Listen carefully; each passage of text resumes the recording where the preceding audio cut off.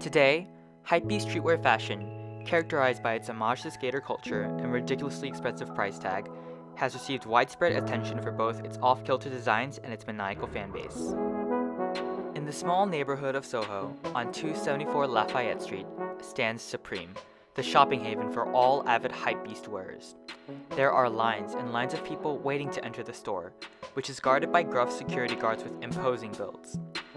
These hectic hordes of fashion fanatics are anxiously awaiting, hands wide open, ready to snatch anything off the racks without even giving the price tags a second glance. But why do people partake in following streetwear, or fashion in general? Is fashion capable of something more than just simple self-adornment? To answer such questions, it is essential to remind ourselves that fashion does not merely comprise the glamorous garments that we wear. It is instead the amalgamation of historical and social ideals sewn together throughout time that has rendered it as something more than just clothes worn on the runway.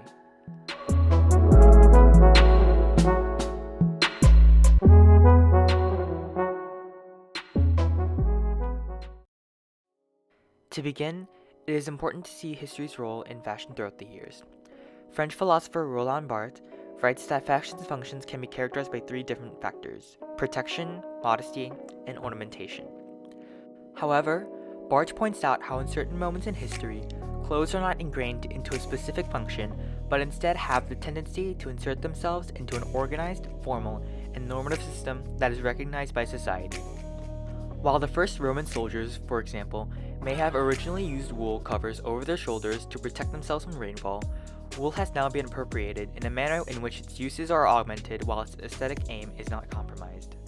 Later in his book, The Language of Fashion, Barthes references an early 19th century literary work titled Physiologies, which mentions the ideas of how fashion could signal social distinctions, including varied aspects of daily life, from the office employee to the tobacconist, making it evident that 19th century clothing has been used to differentiate one's social standing rather than to improve the quality of his or her physical appearance. Through these different instances of how fashion has been utilized, it is clear that fashion may have transitioned from purely aesthetic or pragmatic purposes to those of social values that underlie the clothes that people were wearing later on in history. Because these social values are embedded in our clothing, this leads us to the possibility that our reason for following fashion consists of social motives. These social desires can clearly be demonstrated in how streetwear has amassed an enormous following. As a subculture, streetwear has been characterized by both its cult following on the street corners and its members' obsession over the right item to be part of a tribe. Amina is a university student who has said that she has spent thousands of dollars on streetwear, particularly on Yeezys and Nike footwear. Not only does she consider the frequent appearance of Yeezys at her school a turning point into her interest in the hypebeast subculture, but its appearance in both social media and celebrity fashion has also inspired her to dig deeper into the fashion. Why do you think people follow hypebeasts? I honestly think it's because of the celebrities. I feel like social media, especially like Instagram, they make us look at like what everyone else is wearing, and like we want to be like the people that are cool, and we think celebrities are cool, so it's kind of like that, I think. Though it is obvious that the function of fashion has been ingrained in that social core, American sociologist Herbert Blumer, on the other hand, offers a much deeper approach to this idea. Blumer does acknowledge that there are many explanations, both sociological and psychological, as to why we follow fashion, such as pure self-entertainment or personal prestige. The problem with these observations, Blumer explains, is that they do not take in how fashion comes to being in its social context, but instead study fashion's innate implications regardless of when they take place. It would be incorrect to think that these motives are perpetual when it really depends on the times in which they take place instead.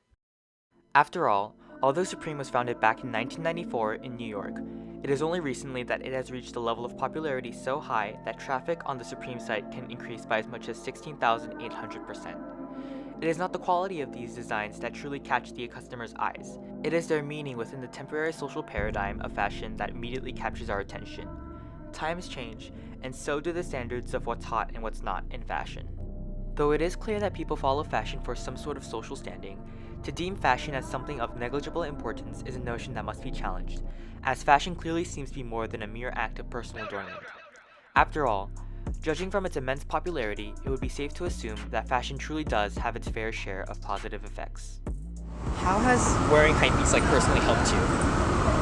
I think it helps someone like identify themselves. I really like fashion, and I feel like I can identify myself through it. So I guess kind of like I think that like hypebeast is like part of a fashion category, and like even more, it's like part of your it to a certain extent it becomes like part of your personality. It shapes your character. Yeah. So kind of like that in that direction. Despite these benefits of fashion, however, we must also make the effort to remember the negative impact that fashion can potentially have on us. One common aspect held is the idea of social peer pressure. Because of the social aspect of fashion's purpose, oftentimes we will find ourselves falling into a sense of terrible, heartless uniformity. But although we may despise it, we are led to remember that it's the fashion. We must grin and abide by it. This sort of social peer pressure can also be seen within streetwear culture. Do you think there are any drawbacks to following hypebeast culture? Yeah, I mean, some people are like kind of trashy hypebeasts where it's like, oh, they're lining up for Supreme. They're trying to like get every Supreme drop just because it's Supreme. And it's like, wait, is that actually nice? Or is it just you're buying this because everyone else is buying it?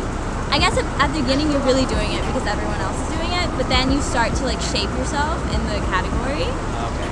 But then there's those people that like don't get that and they're just like, oh, that looks cool. Like, and you know, and then it sort of like becomes trashy. Yeah. There are areas in which fashion's criticisms are somewhat legitimate. The way it forces us to acquiesce to it, the way it provides support to people only at the sake of paying lots of money, the way it provides customers with a superficial voice that they don't have. However, there is a certain power in fashion that does not seem to be commonly recognized. Fashion provides social order and standards to the population, a way to paradoxically satisfy the demand for social adaptation while modifying the tendency towards dissimilarity. Fashion has essentially given us the means of simultaneously finding our identity while also being part of a community, and thus we must learn to accept fashion as more than just a mere act of personal adornment. There is nothing wrong with being in fashion itself. It is when it becomes an obsession, a craze, that it becomes an immense social nuisance, as totally evil as its opposite craze of eccentricity.